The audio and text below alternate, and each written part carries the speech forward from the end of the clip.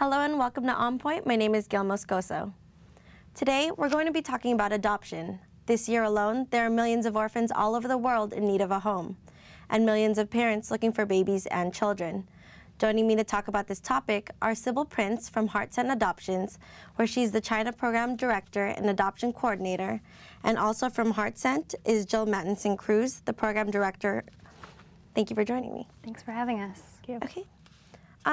So for years, China's been considered one of the safest places to adopt from for American families. That's definitely changed in the recent months. Can you tell me what's been happening there? There were two articles that came out in the LA Times, and both of them were on allegations of child trafficking in China during the years of 2004 and 2005. But basically the article said that government officials were going to China and going to small villages in China and taking children from homes. And it's caused a lot of uproar in America and in China, and basically our response at Heartsent has been two things. First, to remind people that there are truly many, many children who are in need of loving and permanent families, both domestically in the United States and throughout the world. But the second thing is that there can be corruption involved in adoption. And that's not just in China. That can be in any country, and it can be happening in the United States.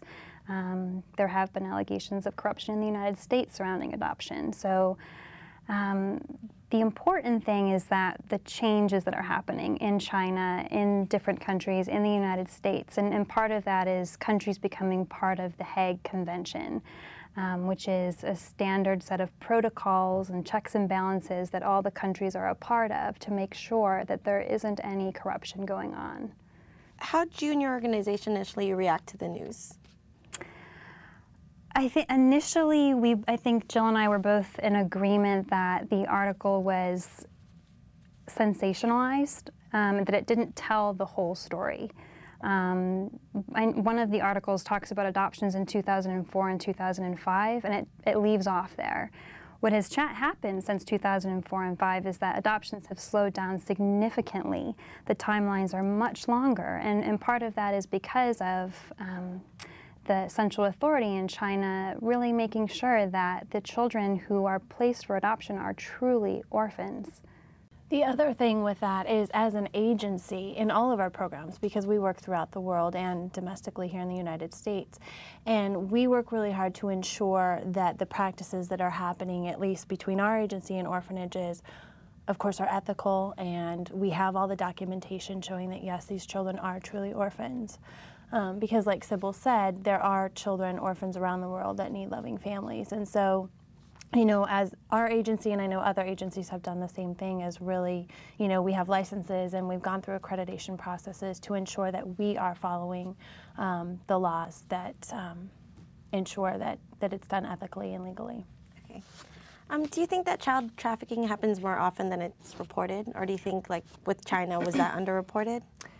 I think it's I think it's over-reported. Like Sybil mentioned, that article, we kind of felt it was sensationalized. Unfortunately, it does happen.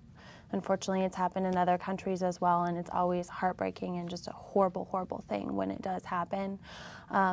But for every story where it happened, there are so many stories where it truly was an orphan and a family that, you know, was matched with that child, and a beautiful family is created. So, you know, unfortunately, when there's a negative thing that happens in any type of field, that's what the media focuses on. That's what people talk about. They don't talk about the good stories. They talk about this one negative, you know, incident that happened. Mm-hmm. Okay. Do you have any clients that were personally affected by this controversy? Well, our families who are waiting right now for adoptions from China, we're certainly personally affected. We've received quite a few calls from clients concerned about the article and wanting to talk to us about it. So, absolutely, they were affected. But no, we didn't have any clients that were any of the families that were reported about in the articles. Okay, and what are some of the concerns that these parents had when they called you up? That they're concerned. They want to know that their children were are going to be truly orphans, or if they'd already adopted, that their child was truly an orphan. I mean, it's a horrible thought to think that your child wasn't. The other thing with this article, or these articles that have come out, is adoption already is such an emotional process for a family. Some of them are waiting years, and there's so many ups and downs with it, and just so many different emotions tied to it. You know, the highs and the lows. We do educational classes, and that's one of our classes, the highs and lows of the adoption experience.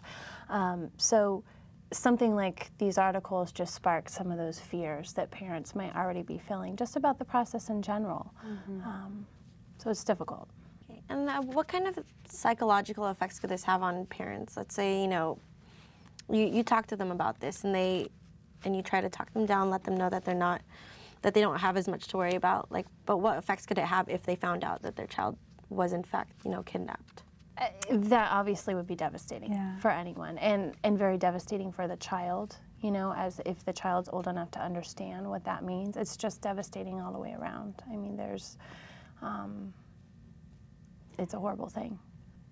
The worst thing I think I can imagine happening is that families were scared away from adopting, because the people that are left behind are the children who are truly orphans and truly need families.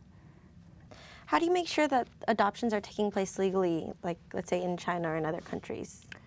Kind of like what I was saying earlier is, and obviously I can speak for our agency, all of our programs are very well established. We have staff in the different countries that we work in. With each country that we work in, we go through a licensing process through the government, and that happens on the United States side and the foreign government. There's a lot of paperwork involved with that.